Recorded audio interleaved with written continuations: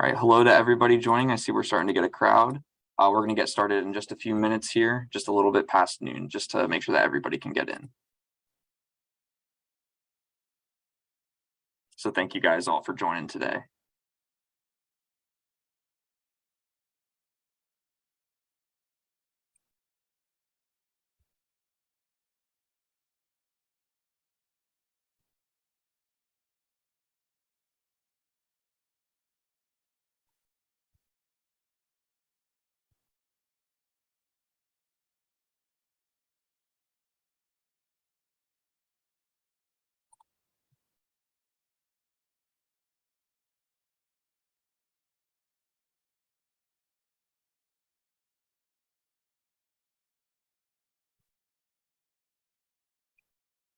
And for those of you just joining now, we're going to get started in just a few minutes.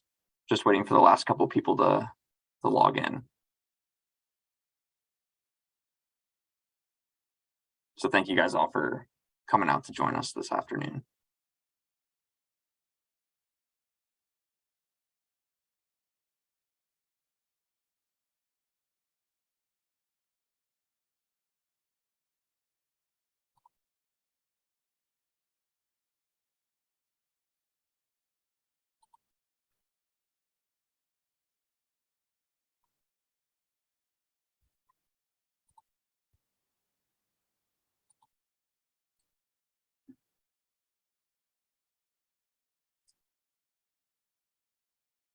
Thank you again for joining. I think we're going to wait one more minute. So we're going to start at 12:02 just to make sure everybody gets in.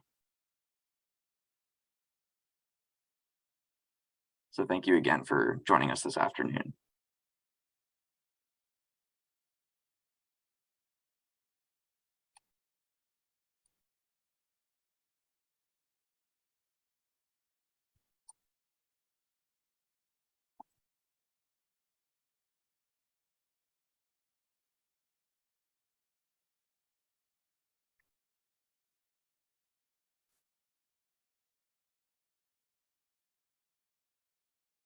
All right, so we're going to get started in just a little bit here.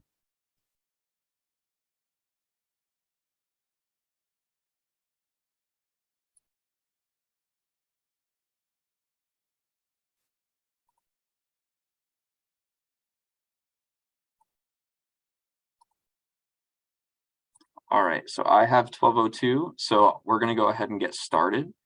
So hello and welcome to the Simon Searchlight webinar on newborn screening for neurodevelopmental disorders with Dr. Wendy Chung. My name is Curtis Weaver, and I'm a Simon Searchlight research coordinator, and I'll be hosting the webinar this afternoon. So you should be able to see and hear me on your screen, but we won't actually be able to see or hear you. So today we're going to hear from Dr. Wendy Chung, who's going to deliver a short presentation on newborn screening for neurodevelopmental disorders. And then at the end, we're going to open it up for questions. You can submit these questions and comments on Facebook, or if you're on Zoom, you can use the Q&A box. Please do remember that if you are asking the questions on Facebook, those are going to be public. So we'd encourage you to avoid including personal health information in those questions or PHI just for your own privacy. So I want to start by sharing a little bit about Simon Searchlight for those who might not know. Simon Searchlight is an international research registry aiming to advance the genetic science of autism and other neurodevelopmental disorders. Simon Searchlight participants have a genetic diagnosis of one of the more than 150 genetic conditions on our study list. Families register online, provide a copy of their genetics lab report, talk to one of our genetic counselors on the phone, and complete surveys. By working with leading scientists, patient advocacy organizations, and families, we aim to further the knowledge of these genetic conditions and share those advances with you. You can always learn more by visiting our website, simonsearchlight.org. So now I would like to introduce our presenter today, Dr. Wendy Chung. Dr. Chung is the Director of Clinical Research at SAFARI, which is the Simons Foundation Autism Research Initiative, and the Principal Investigator of Simon Searchlight and SPARK. She joined the foundation in 2012 after serving on the SAFARI Scientific Advisory Board.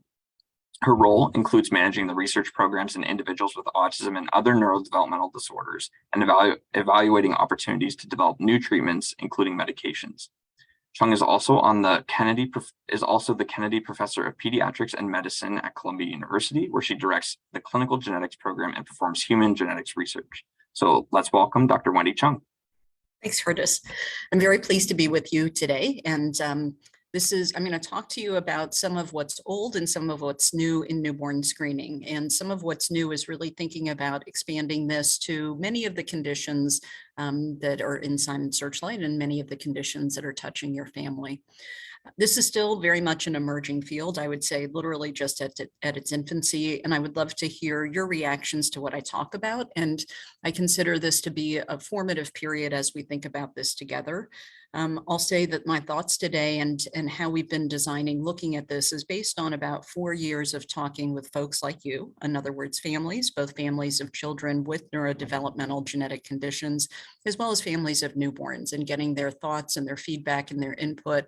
And so a lot of my opinions today, or what I'm going to present today, is based on that. But as I said, there's always room for improvement and new thoughts. So I do welcome your thoughts. And I'll also say you may at some point want to think about being able, how you as a family leader or a family that's affected might talk with someone else about that. So I'll plant that seed. So I'm going to start talking about what's the past of newborn screening. And I believe many people here have had children. And so whether you knew it or not, your child went through this process. But my point in showing you this slide is that this is a decades-long program, literally over 50 years in most states. And it was started actually by parents. And so I want to emphasize this. Some people don't know this, but the individuals who started this whole process were parents of a child with phenylketonuria and also parents of a child with Down syndrome. And as they were thinking together within families supporting each other, they came to the realization that children with neurodevelopmental disabilities, some of them could have had a different trajectory if they'd been treated early. And so that's really, as I think about the history of where we've been, how I think about what this is. It really was a movement, I'll say, and a public health infrastructure that's in place that was really started by parents and for our children and the next generation. It was started back in the days before we even knew about the genes for these conditions. So it was started for a condition called phenylketonuria, which is in what we call an inborn error of metabolism. And I'll just dissect that apart. Inborn meaning you're born with it, and problem in terms of the way the body breaks down food, in this particular case, an amino acid called phenylalanine.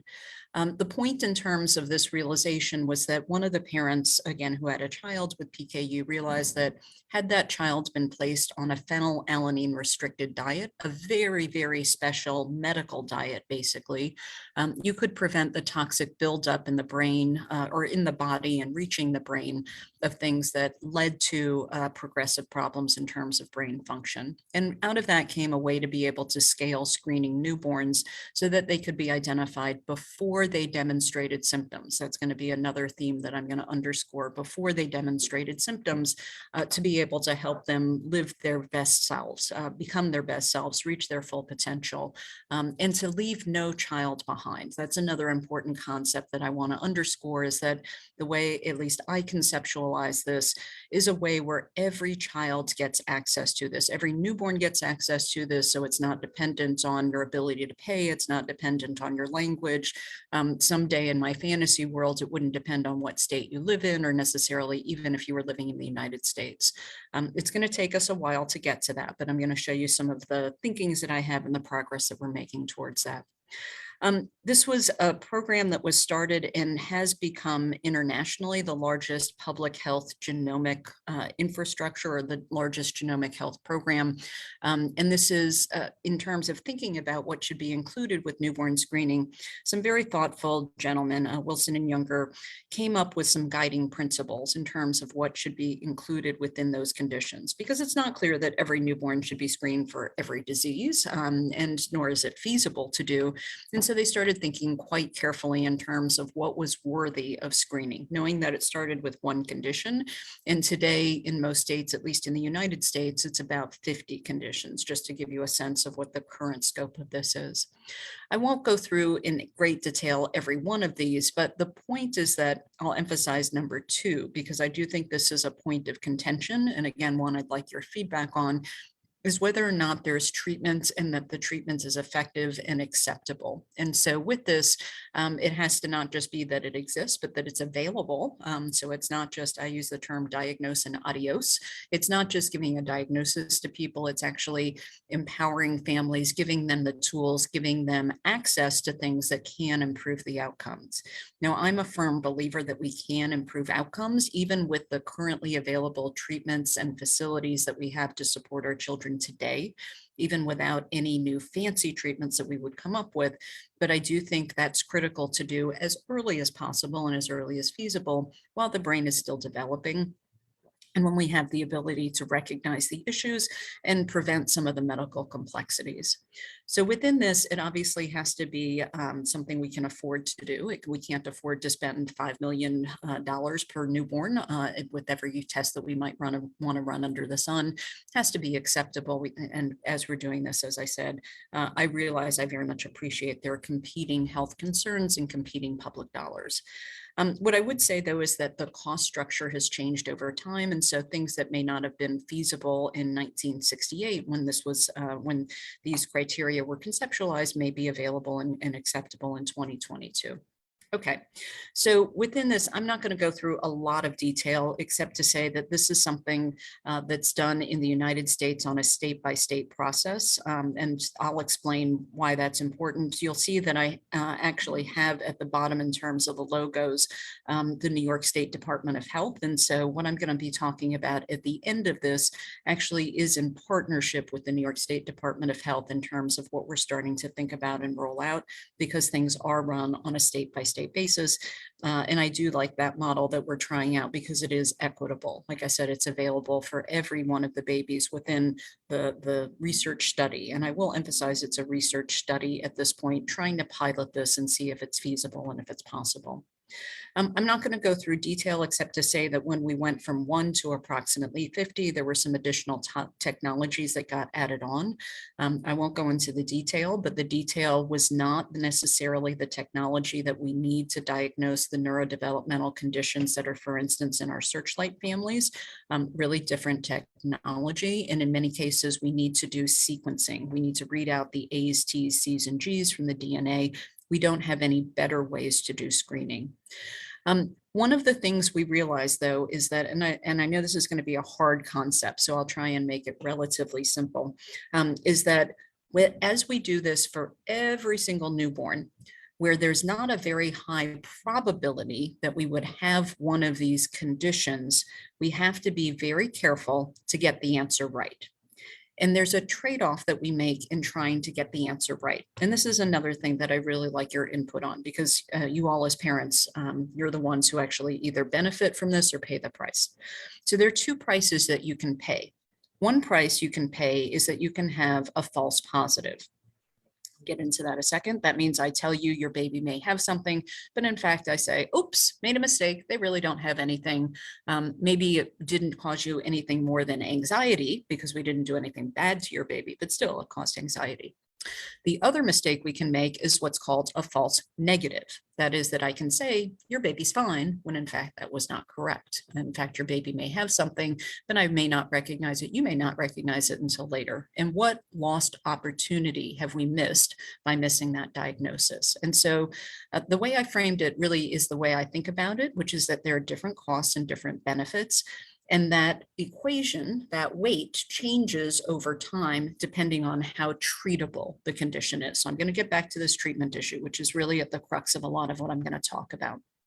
So within this, the reason I bring this up is because this is a screening test. And I know that probably doesn't make too much sense, but what it says is that we will screen to say that you might have something, underscore might, but it is not a for sure. So let me try and bring this back to something else that some of you may have thought about. So in medicine more broadly, we have other screening tests. As an example, we have cancer screening tests. So I've had a mammogram, and I do that mammogram because every woman over a certain age should be getting screened by mammogram, and we do that to screen for breast cancer. And when they do that, if they see something on the mammogram that looks a little suspicious, and that's again a screening mammogram. It's not diagnostic, it's only screening. When they do that, they'll bring me back in and they'll do something else. It might even be a biopsy, might be looking at part of my breast tissue under the microscope to see if it's cancer. That second test is a diagnostic test. That'll tell me for sure if I have cancer or not. And the same for the guys out there. You might be getting something like a prostate-specific antigen blood test or a PSA, again, as a screening test. And in the same way, for many women, when they get that call back from the mammography unit after getting a mammogram, at the end of the day, it was nothing. It wasn't a cancer diagnosis, and that's a false positive.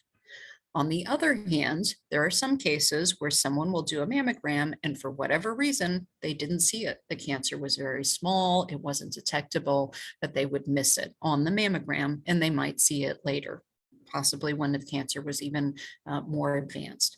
So there are these two things that we suffer, as I said, the false positives and false negatives, and there are trade-offs. We can't have our cake and eat it too. We have to suffer either in terms of missing some diagnoses or making more people anxious who don't have a diagnosis. And that's, as I said, a key factor that we need families' inputs on in terms of where we set that line or where we set that threshold and balance out those two. So as we think about this, we are thinking about, as I said, the public interest. We're thinking about how to help doctors do their jobs better, how to help parents do their jobs better. There is a cost that comes with this. And as we do this, we try and base it on good science and good evidence. So with this, I won't go into too much detail, except to say that this lives within a world of other people, both the federal government that thinks about this, the CDC that thinks about this, a lot of smart doctors, scientists that think about this. And as we do this, we try and learn. We know we don't have this perfectly. And as scientists have been thinking about this and thinking about how to decide what to add to newborn screening, they've taken a variety of different factors and weighted them and said there are different things we want to think about. Is there treatment available? How much does it cost? How effective is that treatment? And I go treatment, treatment, treatment, because again, that's sort of the center in terms of neurodevelopmental disorders that people are thinking about. And I'll be frank, we're having a robust discussion about that. How treatable is it? How much does early intervention help? How much does early recognition of seizures help? How much does potentially early recognition of autism or other related conditions? How much does it help to recognize that? And if we start something in terms of early intervention or seizure medication, how much does it improve the outcomes? And to be honest, we don't know the answer to that because we've never had the opportunity to do it on enough people. And so it's an open question, I would argue. We can make some educated guesses, but I truly don't think we know the answer. So as we're doing this, just suffice it to say that smart people came together, they came to consensus about what should be part of newborn screening, and it's included many different things. But one thing, and this is not a Simon Searchlight condition, but I'll just point out that one thing they considered was a condition called Fragile X, or FX on this abbreviation, and that was not approved for newborn screening back in the early 2000s when this was expanded from one condition to about 45 conditions, because we did not have a good method of diagnosis and because of this discussion we're having about treatability. So people have thought about this. It's actually been percolating in the community for about 20 years, with the two issues being diagnosis and treatment. So let me just point out the way this process works so that for those of you who don't remember back when your baby was born, or for those of you who may not have children, how this works. So your baby is born. Oftentimes in a hospital, but even if it's a home birth, we stick the baby's heel, and that's what's meant to be shown here. We usually take about 5 drops of blood on a filter paper, and this goes to a state Department of Health program where a lot of tests are done. Then in some cases, there's what we call point of care testing. So we test baby's hearing, for instance, in the hospital before they go home. That doesn't get tested from the newborn screen blood spot. But what is in the newborn screen blood spot, although not usually used for this purpose, are cells that contain DNA. They contain our instructions, and it is possible from literally this little blood spot here is about the size of a penny. It is possible to extract DNA from one of those penny-sized blood spots and enough DNA to be able to sequence actually all of our DNA, believe it or not. So it is possible to be able to sequence everything. And based on that, I'm not saying I'd want to tell everyone everything about themselves. I don't think that's the goal. But you can take from that information, the information information that is relevant to be able to be potentially life-saving for children or brain-saving or both. And I think that's the question that we're posing. In the way that we do this now, again, those data are extracted usually in the Department of Health. They're reported back to the facility where the baby was born, and then called out to the family, told to the pediatrician, and those babies come back in. Oftentimes for now their second test. So if their newborn screen test, that blood spot was their first test, they come back for a second test. And that second test is just like I was talking about with mammograms, the confirmatory test. Oftentimes it's not like getting a biopsy of your breast. Don't worry, we're not going to biopsy babies. But it is, for instance, things like maybe testing the parents, like being able to test for something else to see if there are other symptoms or signs of that condition that we think might be the diagnosis. And then that baby gets plugged into a program for treatment and support. And that family gets plugged into a program of treatment and support, both emotional support, financial support, and of course, the resources to help that baby thrive. So all of those things. I want you, as you're thinking about to your child's early experience, to think to the time before your child was diagnosed. And I want you to think about, would that have been helpful for you to learn if your child were, say, somewhere between 3 and 6 weeks of age, because that's the timing we're talking about with that. Would it have been helpful to know that X that you saw was due to this, that it wasn't in your imagination, it wasn't something you were dreaming about? Would it have helped in terms of feeding issues, sleeping issues, epilepsy or seizures, any number of things that you could have experienced, but would you have wanted to know that? Would that have been helpful? That's the question that I'm asking you. So with this, our standard newborn screening comes back to parents usually within the first 14 days, oftentimes within the first 10 days. We won't be able to turn things around that quickly for this test, at least not at the beginning, but eventually that might be the goal. To give you a sense, oftentimes there are many false positives, as I said, and we are used to a false positive ratio right now of about 10 to 1. That is 10 false positive answers where we get parents anxious for no reason for every one child with a real diagnosis. So I'm used to that. There's some conditions where it's even, believe it or not, 100 to 1. But the good thing for these conditions is I have a second test where I can be definitive, and I can do that test relatively quickly, relatively easily, not very expensively, and get parents out of what I call purgatory. That is to be able to say to you, no, it really was not a big deal, false alarm, don't worry about this, or no, it really is a problem that we need to treat. Now, part of this is in the communication with families and to be able to make sure they understand where they are, that they are in purgatory, and understand how many people go in which direction so that they can set expectations and hopefully not be too anxious. But I also want you to think back again to those early days right after your baby was born. Maybe you were sleep deprived, maybe it was your first baby and you were a bundle of nerves. What would it be like getting that information at that time? So as I said, a lot of us have been thinking about treatments and treatment outcomes and what's acceptable. And I will say, just in terms of the current standard, for some things we currently screen for, treatment is very good, but it's not perfect. So I don't want you to think we have to let perfection be the enemy of the good. I think improvements in outcome, personally, I think are sufficient. But again, we're weighing this against potential cost, literally financial dollars or pounds, and then what it takes in terms of a toll on parents and families. There also can be some secondary benefits for this. So not just primarily treating the baby, but there can be, or secondary costs, and I'll get to benefits in a second. One of the costs can be, again, that anxiety of the false positives. And for some parents, I do think that if they're not clearly understanding that it was a false positive, there can be individuals who misunderstand and think long-term that there's something wrong with their baby. They never quite trust that everything's okay. And so I'll just put that out there.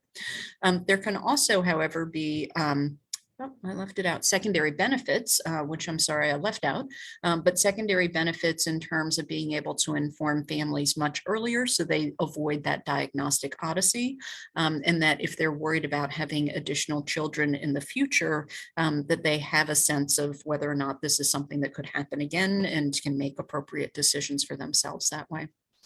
Okay, so I'm going to give you a very brief story of something else I've done in newborn screening. And the reason I bring this story up is because this is not the first time I've thought about newborn screening. And back in 2016, I did my first newborn screening pilot with a condition called spinal muscular atrophy, or SMA. It's a condition that is not like what we have in Searchlight. I'll be very clear about this. And one of the things that's really tragic about it is that it is a neurodegenerative condition. That is, that individuals actually get worse over time and lose in this particular case, they're called motor neurons. They lose those cells and they lose them forever. They don't grow back. What I'm showing you here on these videos is that it can come in ranges of severity. The most severely impacted children, which are over 50% of SMA children, or type 1 SMA, that condition is usually lethal. That is, people die by the time they hit their first birthday. Many of them don't get to celebrate even their first birthday. And because this condition is degenerative, and because the condition is oftentimes not running in families, there's oftentimes a period where it takes time to make the diagnosis, and that can often be 6 months or longer. And during that window is when many of those cells die. And so back in 2016, we had no treatment for SMA. There was no FDA approved treatment for SMA. Your baby, if you got that diagnosis of type 1, it was unfortunately a very sad day when you received that diagnosis.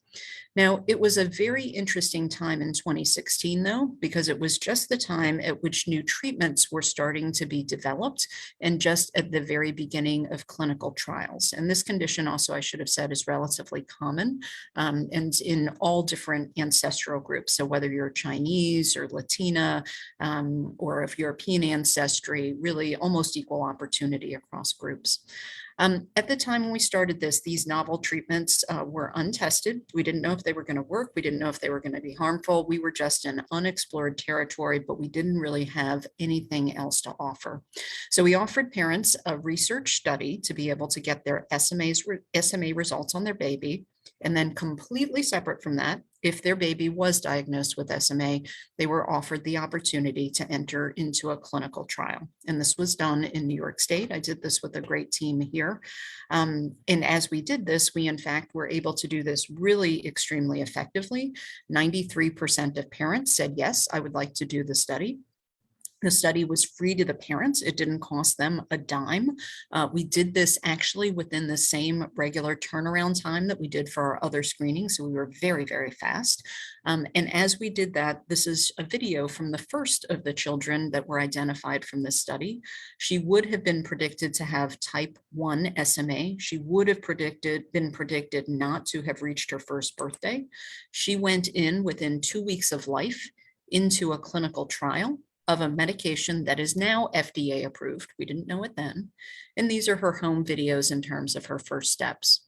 And I know most of you aren't used to thinking about SMA, but I can just say that there is no way without that early diagnosis and that early treatment that she would have achieved this ability. And she is a strong, healthy little girl now in elementary school. And it is really the combination of early diagnosis and the early treatments that have helped her. So that got me started to thinking about what's next. What was beyond SMA in terms of thinking about that? And so with that, we have recently launched something that I call Guardian. It is the genomic uniform screening against rare disease in all newborns.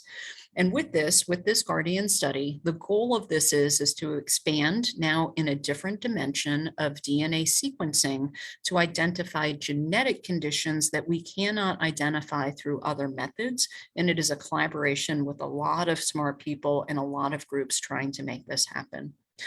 This was initially one of the other children that inspired me to think about this, beyond the last patient I just showed you, was a little girl who came to see me when she was 8 years old. And she came to see me at the age of 8, having had epilepsy, seizures. And in fact, she had not just seizures, but also intellectual disabilities. And her parents came to me a long time ago.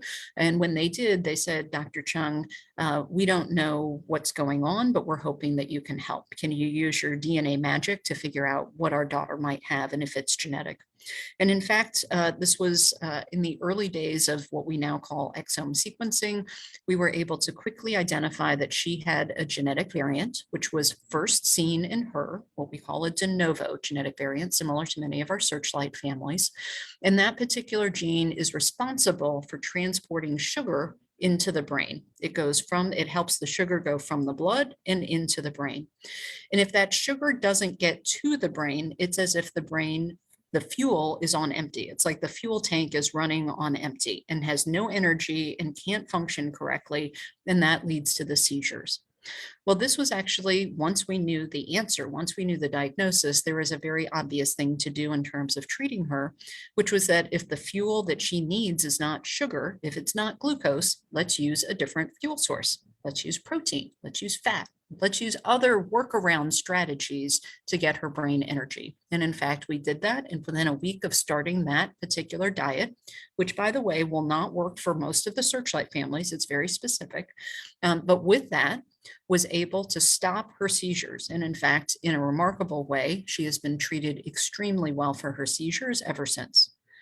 The problem is that even though we have stopped her seizures, we had not erased the damage that had been done to her brain by the last 8 years of her seizures. And so as a result, she still remains to the same degree intellectually disabled.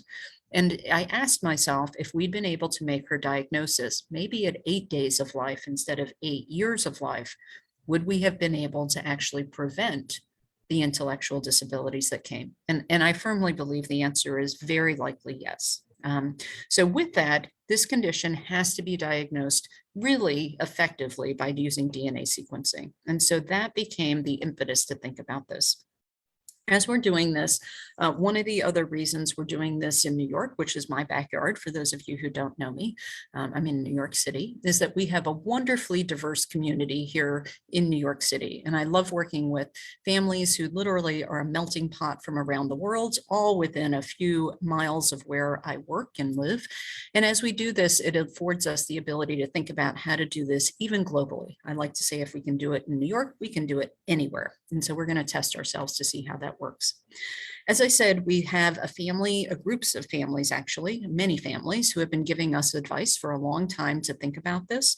And let me first say that this is not only about neurodevelopmental conditions, it also extends to other conditions that really are related to, for instance, problems with how the immune system works, problems with how the kidneys work or the heart works. We're really thinking about the health of babies overall, the health of children overall.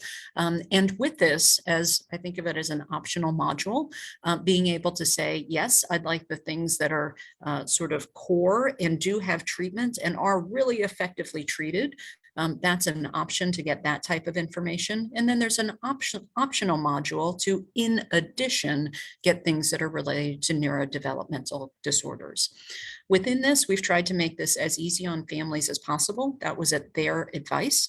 That is that we take no additional sample. We actually talk to them about this. We literally have a coordinator who talks at the bedside to every single new parent in terms of this, unless they prefer not to speak to us.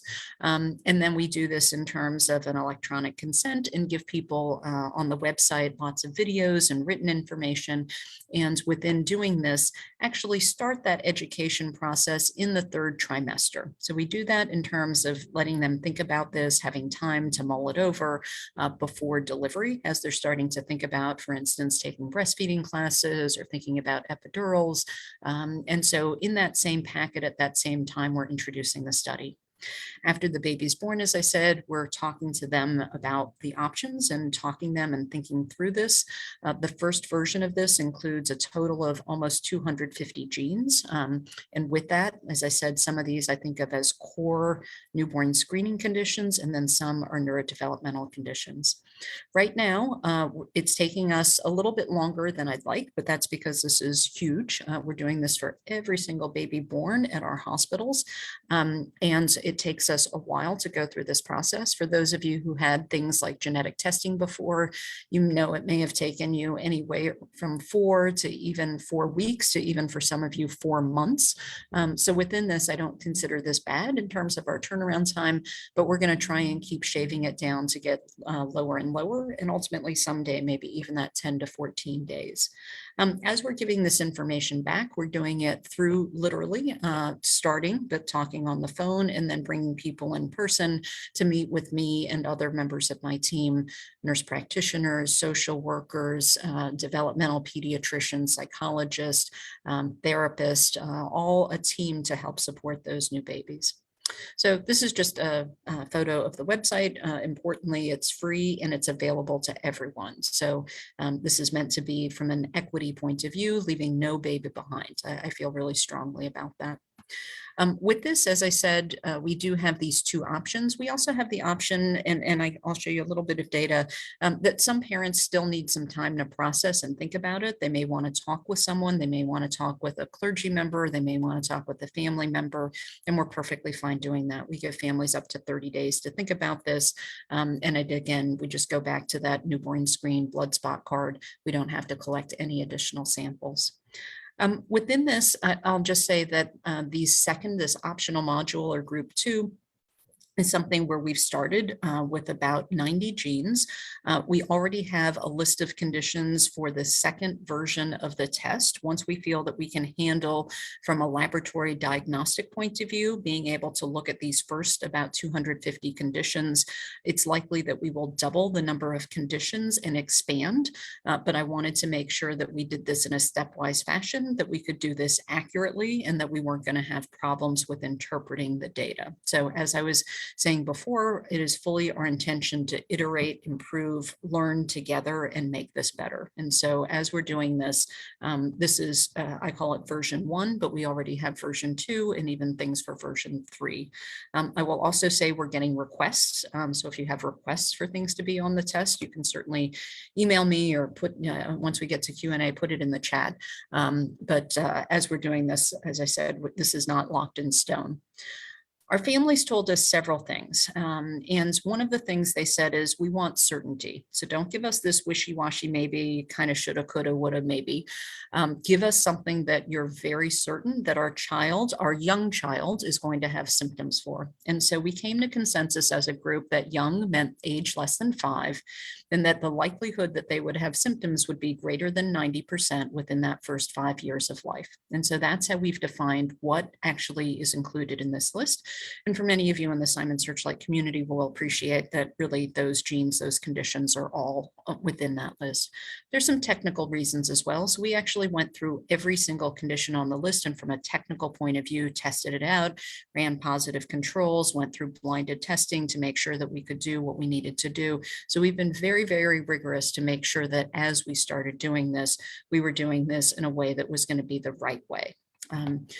I won't go into lots of detail, but as I said, we take the dried blood spot and we're doing whole genome sequencing. And as we're doing it, that gives us infinite flexibility to be able to add conditions. So to add those version 2 conditions or version 3 conditions, and it allows us to be nimble so that think back to the SMA example, as new treatments become available, something that wasn't treatable before now suddenly becomes treatable. And I don't want to waste any time in terms of identifying those newborns when a treatment suddenly becomes available.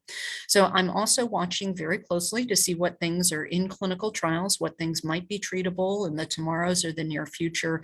And we are also checking ourselves to see whether or not we can detect those conditions so that we will be ready to launch additional conditions over time. Again, remember that this is a learning process we're going through. As we're doing this, I will say that we also have some built-in controls. I won't go into lots of detail, but we have built-in controls to make sure that we're doing this right using standard newborn screening. And I don't have the results yet because we've just recently started, but we'll know over time how well we're doing. I want to put here and focus on these group 2 conditions. With these, we are, in terms of thinking about this, trying to be, again, mindful in terms of not too many false positives, and over time being able to improve our interpretation of the genetic variants to make sure that we continue to have a robust number, not have too many false negatives either. Within this, it gets complicated. In certain conditions, certain genes are easier to interpret than others. And for some of you who know your gene groups well, you'll understand what I mean by that. So that I expect that some of this will be gene specific in terms of how well we're able to have neither false positives or too many false negatives, but it's going to be a learning process.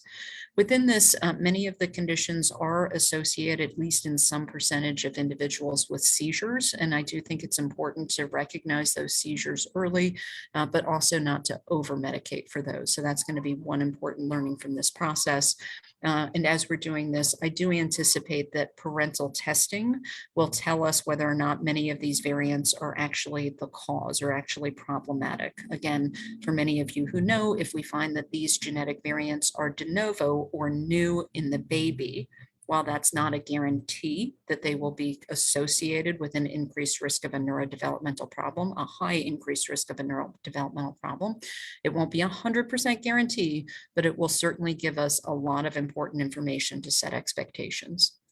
So within this, as I said, we're going to be making sure that families understand this. We are also making sure that families understand a negative screening result. And I want to emphasize this, a negative screen is not a guarantee of a perfectly healthy baby. We still can have other things that we are not detecting on this particular test. And so I have also built into this program that if parents would like us to retain that genetic information, we will keep it basically in a safety deposit box for them so that if their child should become symptomatic in the future, they can unlock that safety deposit box, and I will send it to a laboratory so the laboratory can interpret it as a regular clinical test that would go through their insurance, but interpret it within the context of the symptoms of that baby. So I hope that will provide value to families and be able to help as we're learning to be able to learn with us. As we're doing this, we've taken great pains to make sure doctors can get adjusted to this. So I won't go into too much detail, but we have in service or trained both pediatricians and obstetricians. We've developed a very large number of instruction manuals for parents and pediatricians about these conditions to make sure that they know what to do, and we will train them certainly as we make those diagnoses. Long term, I hope that there's a lot of things that we'll learn. Number one, we will be able, I hope, to gather the evidence, gather the data to understand and answer the first fundamental question I asked. Does early diagnosis, do early intervention, do early supports improve outcomes for those babies? And does it help in terms of their families? I don't know. I hope the answer is yes, but truly, I do not know. As we do this, we will provide the evidence that will be necessary from something called the Recommended Universal Screening Panel, a group of very learned, smart people who think about, should this be expanded from a public health point of view from a research study into actual implementation. And so we will gather the data in the way that's necessary for that body to make a decision to support expansion if it is warranted. And as we do this, this will be a different method of ascertainment. That's the technical words we use. In other words, we will be identifying babies before they have symptoms and babies who might not have gone to doctors. And so will we be seeing something different than the way we understand those conditions today, which is by families taking their children to doctors because there's a problem? Might we identify individuals who are less symptomatic? Might we even identify someone who's asymptomatic? And I put out there that I won't be surprised if the answer is yes, and what those individuals teach us about the biology and about those conditions. So I think there's a lot of learning yet to come. Okay, just to wrap up. So we've been actually doing this, and what results do we have so far? It's early days. So mainly what I want to tell you is how parents are responding to this. So of the babies who are eligible for the study, we are able to actually get to them before they go home from the hospital in about 91% of cases. So the vast majority of parents, and you have to appreciate, babies and moms may not be in the hospital for just over only about 24, 25, 26 hours. So sometimes it's hard to catch them and they're busy, but we've been able to approach 91% of them. Of those individuals who were presented with the option of this study, 71% of them said, yes, sign me up, sign my baby up. I'd like to do this. Of those 71% who decided, yes, I'd like to do that, 87% of them said, give me both the core and the optional. That is, give me group 1 and group 2. In other words, include the neurodevelopmental conditions. What that says to me is the vast majority of parents said, yes, I want to do everything I can to try and have a healthy baby and the best version of my baby that I can have. Give me information, empower me, allow me to do what I need to do to be a good mom and a good dad. As we've done this, and we're rolling out more languages, but we've been doing this in English and Spanish, and we have individuals from our community who are native from our communities in the language and the culture and all of the customs. And that's another thing that I'm committed to doing. And as we're doing that, so far we're seeing our different groups about the same response, but we need larger numbers to see that for sure.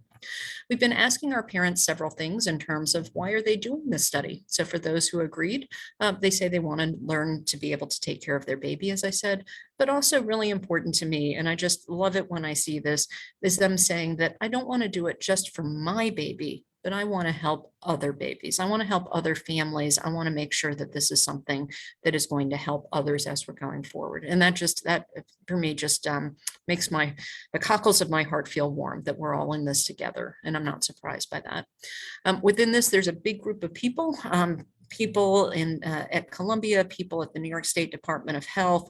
I'm showing across the bottom our families who have been involved in this, just some representative number of them, people in the laboratory, but it takes a large village to be able to do all of this. And I thank them all for helping. Okay, I'm going to stop there and I'll be glad to take some questions. Yep, so I will go ahead and start rolling the questions in. So how frequent do you think these conditions are? That's a really good question, Curtis. So some of the conditions we think could be somewhere in the neighborhood of 1 in about 25,000. Some of them could be more like 1 in 100,000, and some of them even less frequently than that. I didn't mention it, but your question reminds me that our goal in this study is to do 100,000 newborns. So it's powered, or the sample size was determined by being able to make sure that we identified at least one newborn for the majority of the conditions. Now, one of the things we've known from other newborn screening is that we don't know what we don't know. And so in fact, that question that you asked about how common or how frequent they are, I truly don't know the answer to that. And so this will actually answer that question, and we'll see. We could place bets, bet you a beer in terms of what the answer is, and we'll see who comes closest. All right. Next question is, what types of supports and resources do you think would be important to provide a family after disclosing a positive result? Yeah, so it's going to be condition specific, and I know many of our Searchlight families will appreciate that. I do think there are things early in life that have to do with feeding. I think feeding is something that I know as a mother, there's a lot of anxiety whether or not your baby's breastfeeding appropriately, or if you need to bottle feed, and if they're having trouble with a lot of burping everything up or feeling colicky. So even just a fundamental in terms of feeding, I think could be helpful. There are other things like seizures that I mentioned, or things that I imagine personally we're going to be pretty aggressive about looking for and treating if we see them, hoping that if there are things like that, they'll recognize them and treat them. And then I think there are other health issues that, again, these are condition specific. In some cases, we can have associated things like heart problems or kidney problems, and whether we need to look for them by ultrasounds of those parts of the body, I imagine we'll be doing some of those to be able to take an inventory and assessment if there are any medical issues to deal with. And as we do it in many states, most states in the United States have this, we'll want to plug our kiddos into early intervention, things that will help in terms of helping their muscle tone, helping them be strong, and also be able to support families as they're making this adjustment. And I want to underscore that because I appreciate just how big a mental adjustment that could be for families.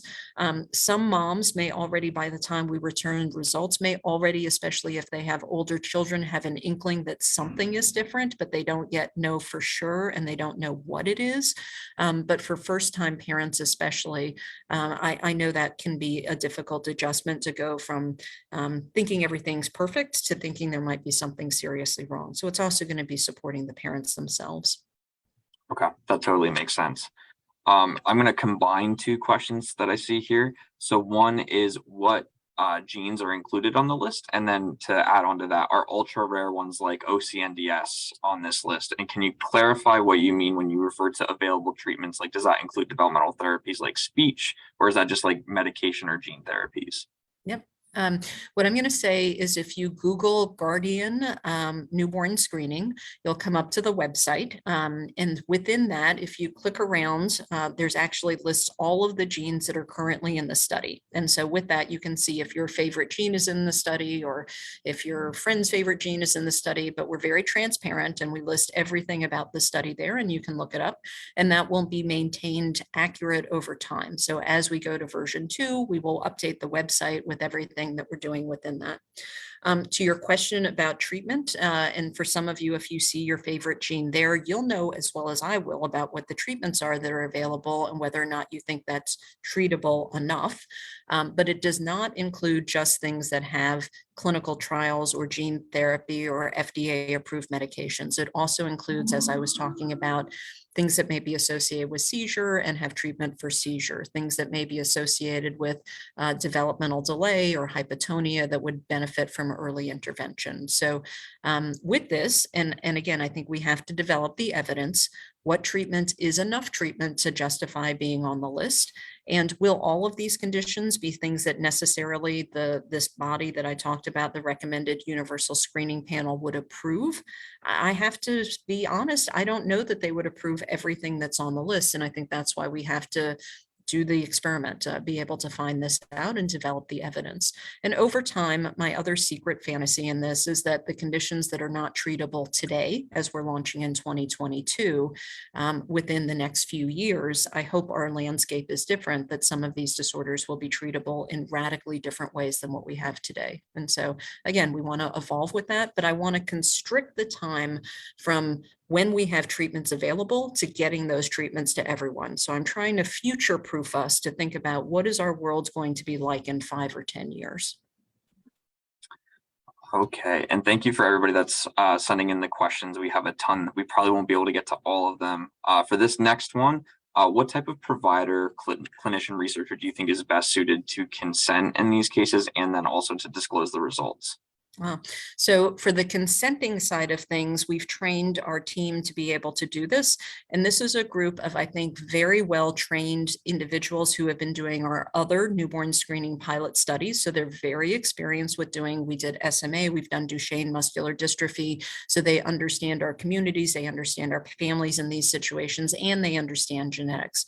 I will tell you, they do not have PhDs in genetics, nor do I think they need to. I think they need to understand the patient experience and the participant experience.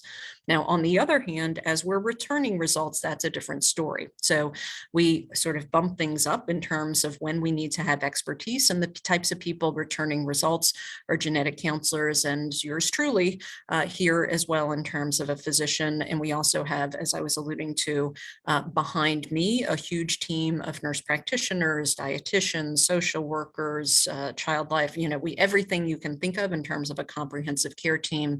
We've got that entire team behind us. All right, and then do you plan to include all genes in the Simon Searchlight list on the screen? That's a good question. That's a tall order. I will say that, a very tall order. I needed to be able to first start with what I thought we could do and interpret the data correctly. So I'm going to emphasize that. And for those of you who are real aficionados, you'll understand that as we do this without parental data and from people from around the world where we don't know what normal genetic variation is, that's a very tall order. So I've actually been judicious in terms of thinking about what genes to do first and hoping that we get better and better at this over time. So the version 2 does include more of the Searchlight genes. Whether or not I get to every single one, stay tuned. We'll do this webinar again in a little bit of time, and we'll see how far we get. Okay, so I think this last question here might be one we can wrap up on. So what do you think are some reasons that families might choose to opt into a study like this? And then what might be a reason why a family might choose to opt out? It's a great question. So the opt-in, I think what we've heard repeatedly, both in the survey that I told you, as well as when parents talk to us, is they just want to be empowered to take care of their child. And to the extent that their child can help take care of other children, they feel very strongly about that. We also actually do a survey of decliners, people who decide not to do the study. The most common reason for saying that is, number one, I just don't do research. I just don't believe in research. I don't want to do research. It's not for me. And we're very respectful of that. And we've had those for other newborn screening pilot studies, so I'm not surprised by that. We do have a group of individuals, and we're still in the process of giving them more time, of some people who are just overwhelmed after having given birth and say, I need a little more time to think about this. So some of our sort of positive response, that's the floor. It'll actually go up from there as some of those individuals decide over time that they do want to participate. But the most common reason is just that I don't do research. I don't want to do research.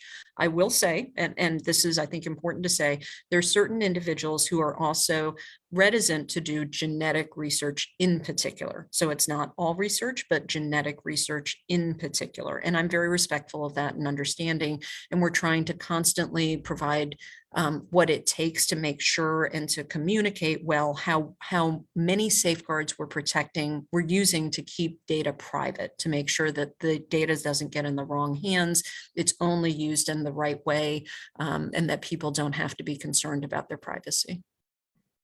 Okay, well, thank you so much, Wendy. This was very informative, and we'd like to give a big thank you to everybody that attended this session today and everybody that asked questions. There were so many. Unfortunately, we weren't able to get to all of them. So we hope you learn more about this topic.